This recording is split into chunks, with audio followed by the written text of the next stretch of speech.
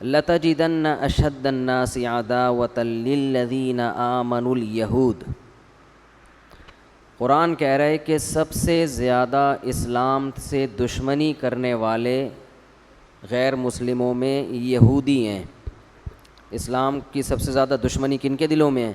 یہودیوں کے۔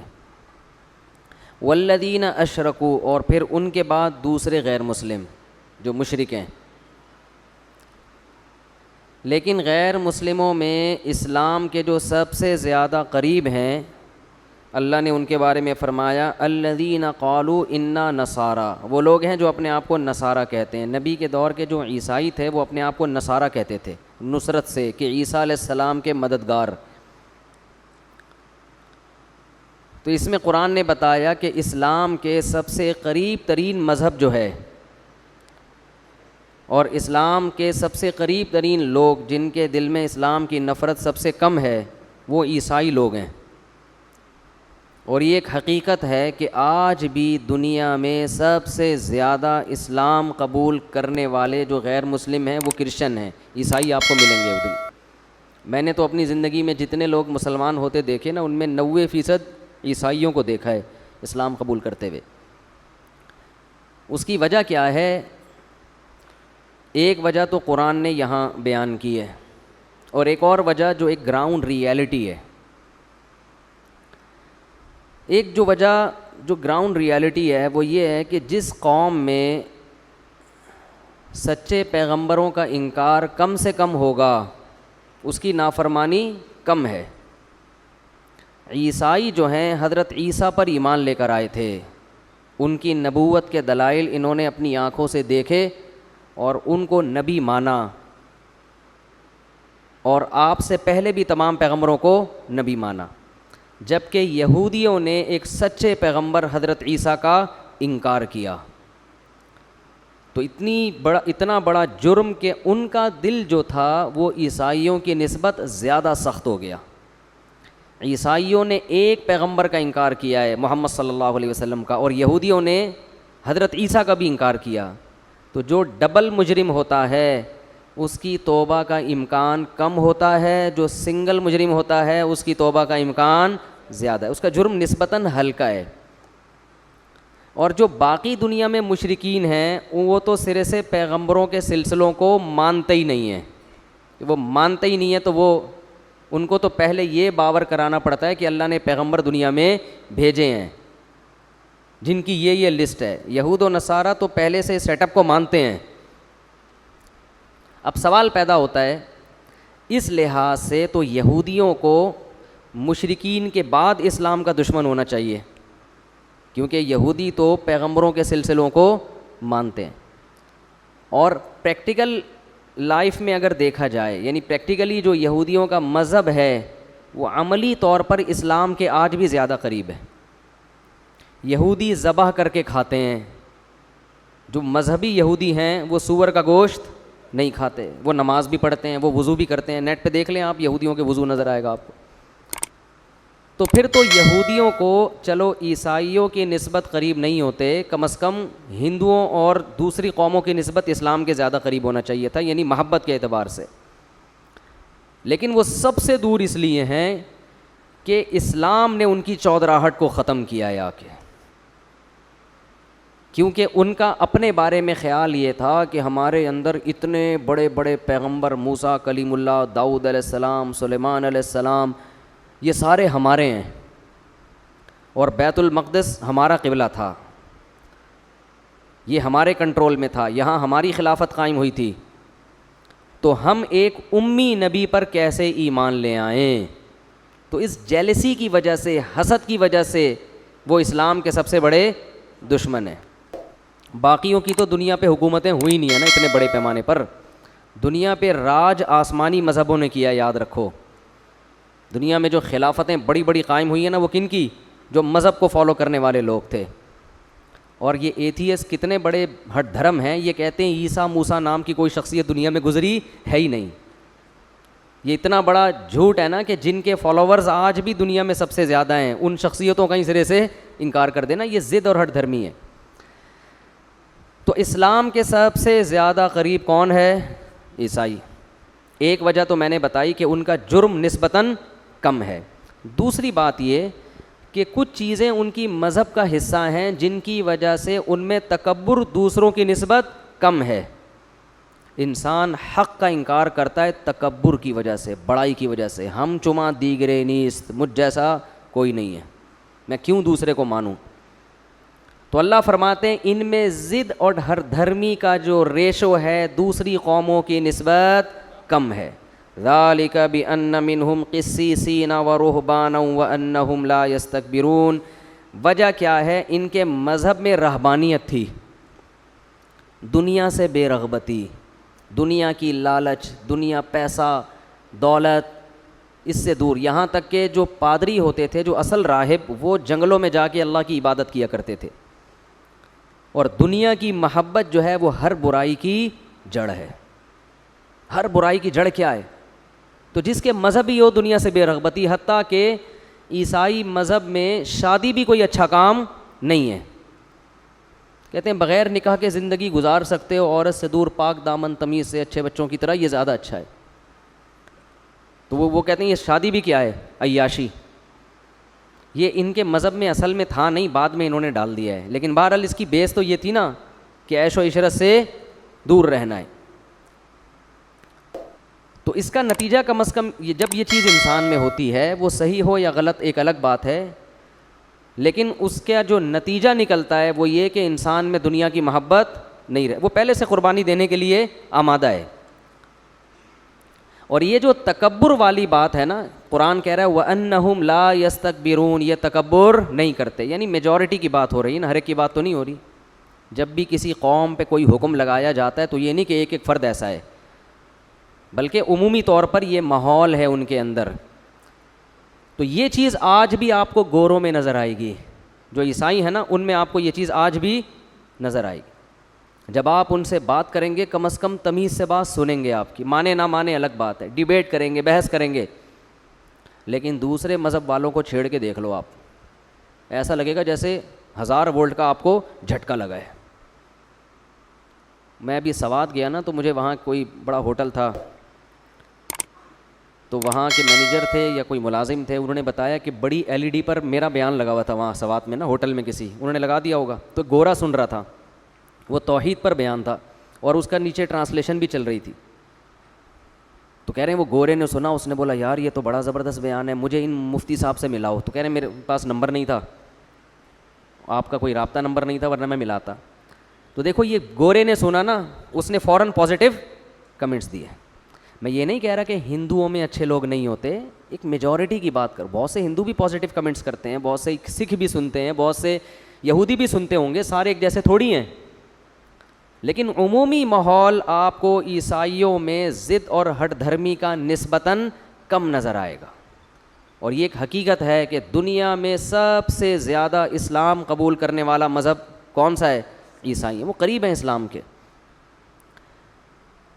پھر آگے قرآن ان کی کیفیت کو بیان کرتا ہے کہ یہ جب اللہ کی آیات سنتے ہیں, وَإِذَا سَمِعُوا مَا أُنزِلَ إِلَى الرَّسُولِ, تو ان میں بہت سوں کی حالت یہ ہوتی ہے کہ جو کلام اللہ نے رسول پہ نازل کیا, جب یہ اس کلام کو سنتے ہیں, تَرَىٰ أَعْيُنَهُمْ تَفِيضُ مِنَ الدَّمْعِ, آپ دیکھیں گے کہ ان کی آنکھیں آنسوؤں سے بہنا شروع کر دیتی ہیں. اصل میں تو ہم تو قرآن پیش اصل کرتے ہی نہیں نا غیر مسلموں کے سامنے, ہمارا تو آپس کے پھڈے ختم ہوں گے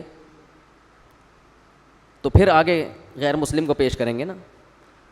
قرآن کہہ رہے یہ جو قرآن اصل جب یہ سنتے ہیں نا, اے مخاطب ترا اعینہم, تو دیکھے گا ان کی آنکھوں کو, تفیض من الدم, ایسا ان پہ اثر ہوتا ہے کہ یہ آنسوؤں سے بہنا شروع کر دیتی ہیں. یہ بلاغت ہے قرآن کی.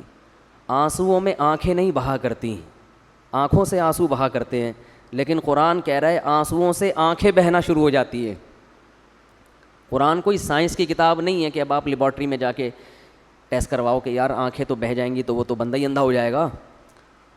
سمجھ رہے کہ نہیں سمجھ رہے؟ یہ بلاغت ہے کہ اتنا روتے ہیں, اتنا روتے ہیں, گویا آنسو نہیں بلکہ آنکھیں بہہ رہی ہیں.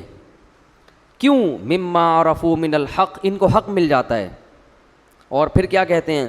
یقولون ربنا آمنا، اے ہمارے رب ہم ان آیتوں پر ایمان لے آئے، وما لنا لا نؤمن باللہ وما جاءنا من الحق، اور ہمیں کیا ہو گیا کہ ہم اس اللہ پہ ایمان نہ لے کر آئیں اور جو حق ہمارے پاس پہنچ چکا ہے اس کو تسلیم نہ کریں، ہمیں کیا ہو گیا؟ اتنی واضح آیات، اتنا صاف ستھرا عقیدہ قرآن بیان کر رہا ہے۔ وہ جو میرا بیان تھا نا جو گورے نے سنا اور کہا ملنا چاہتا ہوں، وہ توحید پر تھا کہ حضرت عیسیٰ اللہ کے بیٹے نہیں ہیں، قرآن نے توحید کو کیسے واضح انداز میں بیان کیا نا، تو اس سے وہ متاثر ہوا تھا، پتہ نہیں گیا کہاں مارکیٹ سے شارٹ ہو گیا۔ اللہ اسے ہدایت دے، اسلام کی توفیق دے۔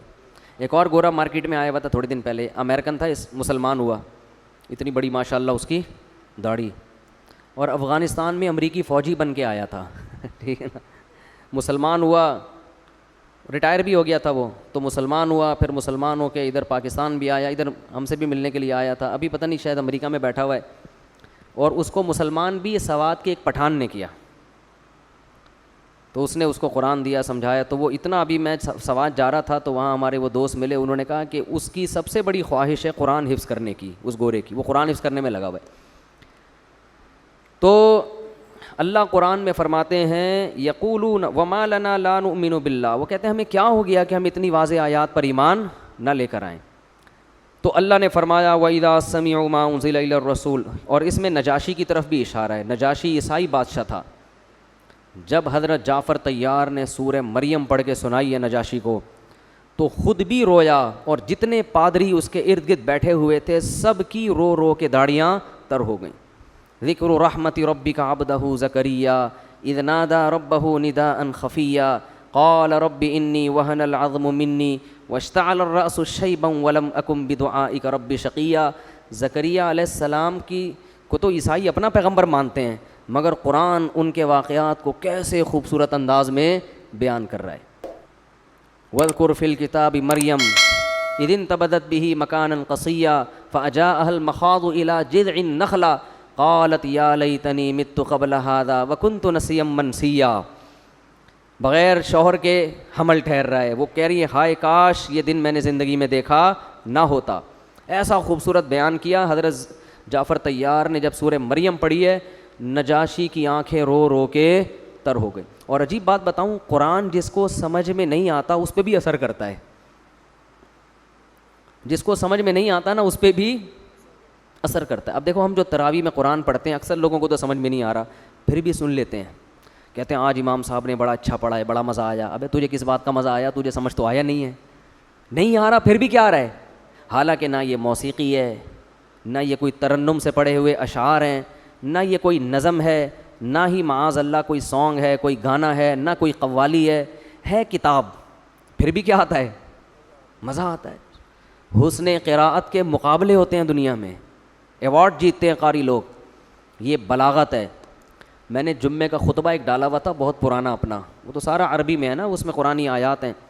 نیچے ایک انگریز عورت نے کمنٹس کیے ہوئے تھے کہ میں پابندی سے یہ خطبہ سنتی ہوں، مجھے بہت ذہنی سکون ملتا ہے یہ سن کے۔ ایک گوری نے یہ کمنٹس کیے ہوئے تھے نیچے۔ میں جب ملیشیا میں تھا تو ساحل سمندر پہ ہم ویسے ہی لوفری کے لیے گئے، جائز لوفری تھی، ناجائز لوفری، لوفری سے آپ سمجھیں گے پتہ نہیں کوئی سٹا لگانے گئے تھے وہاں پہ، ویسے ہی گھومنے پھرنے کے لیے۔ تو ساحل سمندر پہ دو بندے نظر آئے مجھے، میں نے پھر ان کی ویڈیو اپلوڈ بھی کی تھی۔ وہ بندے دم کروا رہے تھے کسی مولانا صاحب سے، ایک مولانا قرآن پڑھ کے ان پہ کیا کر رہے تھے؟ دم۔ تو میں نے جب ان کو انٹرویو لیا تو پتہ چلا یہ دونوں بندے غیر مسلم ہیں۔ میں نے کہا بھائی تم غیر مسلم ہو اور تم سورہ یاسین کا اپنے اوپر دم کروا رہے ہو؟ تو وہ دونوں عیسائی تھے۔ میں نے ان کا انٹرویو لیا، وہ یوٹیوب پہ ہم نے پرانا ہو گیا 2-3 سال ڈالا بھی تھا۔ وہ دونوں کہنے لگے کہ ہم جب بائبل کا اپنے اوپر دم کرواتے ہیں ہمیں فائدہ نہیں ہوتا، ہم جب قرآن پڑھ کے دم کرواتے ہیں تو ہمیں سکون ملتا ہے اور شفا ملتی ہے۔ تو میں نے کہا بھائی پھر اسلام قبول کر لو اللہ کے بندو ٹھیک ہے نا، جب تمہیں ایک واضح فرق پتہ چل رہا ہے۔ خیر وہ ان کا ہیڈک ہے، قبول کریں نہ کریں۔ تو نجاشی کی آنکھیں رو رو کے تر ہو گئیں۔ صحابہ کرام تو یہ قرآن پڑھ کے بہت رویا کرتے تھے، ہمارے دل سخت ہو گئے ہیں۔ حضرت عکرمہ جو حضرت عبداللہ بن عباس کے شاگرد ہیں، جب وہ قرآن تلاوت کے لیے اٹھاتے تو سب سے پہلے اپنی آنکھوں پہ لگاتے اور فرماتے تلاوت سے پہلے ہاذا کلام ربی، یہ میرے رب کا کلام ہے، عہد و منشور ربی، یہ میرے رب کے عہد ہے، مجھ سے اس نے ایگریمنٹ کیے ہیں، مجھ سے کلام کیا ہے اور مجھ سے اس نے کچھ معاہدے کیے ہیں، یہ کرو گے تو یہ ملے گا، اس سے بچو گے تو یہ ملے گا، وہ میرے رب کا کلام ہے، میرے رب کا منشور ہے۔ یہ کہہ کے آنکھوں سے لگاتے اور بہت دیر تک روتے، اس کے بعد قرآن کی تلاوت شروع کرتے۔ دیکھو قرآن کو سمجھ کے پڑھنے کی کوشش کرو۔ میرا جو چینل ہے نا مفتی طارق مسعود اسپیچز، اس پہ تفسیر کے 100 سے زیادہ لیکچر اپلوڈ ہو چکے ہیں، وہ آپ ضرور سنیں۔ شروع کے جو 8 لیکچر ہیں نا آن لائن تفسیر کے نام سے ہیں، شروع کے 8 لیکچروں میں صرف گرامر ہے، اتنی عربی گرامر جس سے آپ کو قرآن سمجھ میں آنا شروع ہو جائے۔ اس کے بعد اسی گرامر کے حساب سے قرآن میں ہی آپ کی پریکٹس کروائی ہے میں نے۔ جیسے آپ ٹینس پڑھتے ہیں نا، ٹینسز، تو پھر سینٹینس دیے جاتے ہیں آپ کی، اس میں پریکٹس کروائی جاتی ہے، تو قرآن ہی میں اس گرامر کی ہم نے کیا کروائی ہے؟ پریکٹس۔ تو وہ 100 سے زیادہ لیکچر اپلوڈ ہو چکے ہیں، ابھی رمضان میں تھوڑا سستی ہو رہی ہے، مصروفیت زیادہ ہے، تو وہ آپ 1 بائی 1 وہ تمام لیکچر لازمی سنیں۔ اس کا فائدہ انشاءاللہ یہ ہوگا کہ آپ کو قرآن ہی کی زبان میں سمجھ میں آنا شروع ہو جائے گا، عربی میں سمجھ میں آئے گا۔ قرآن اردو یا انگلش میں نہیں ہے، مزہ نہیں آتا۔ ابے یار کیسے سمجھائیں؟ وما تلک بیمینک یا موسیٰ قال ہی عصای واوحینا الی ام موسیٰ ان ارضعیہ فاذا خفت علیہ فالقیہ فی الیم ولا تخافی ولا تحزنی انا رادوہ الیک وجاعلوہ من المرسلین۔ اس آیت میں جو لذت اور مزہ ہے وہ اس کے ترجمے میں بولو نہیں ہے۔ اللہ حضرت موسیٰ کی ماں سے خطاب کر رہا ہے، حضرت موسیٰ کی ماں سے کیا کر رہا ہے؟ خطاب۔ وَأَوْحَيْنَا إِلَىٰ أُمِّ موسیٰ، ہم نے موسیٰ کی ماں کو کہا ان ارضعیہ، اسے دودھ پلا۔ فَإِذَا خِفْتِ عَلَيْهِ، جب تجھے ڈر ہونا کہ فرعون قتل کر دے گا، فَأَلْقِيهِ فِي الْيَمِّ، دریا کے حوالے کر دے۔ وَلَا تَخَافِي وَلَا تَحْزَنِي، خوف مت کر، غم مت کر۔ انا رادوہ الیک، ہم اسے تیرے پاس پہنچا کے چھوڑیں گے۔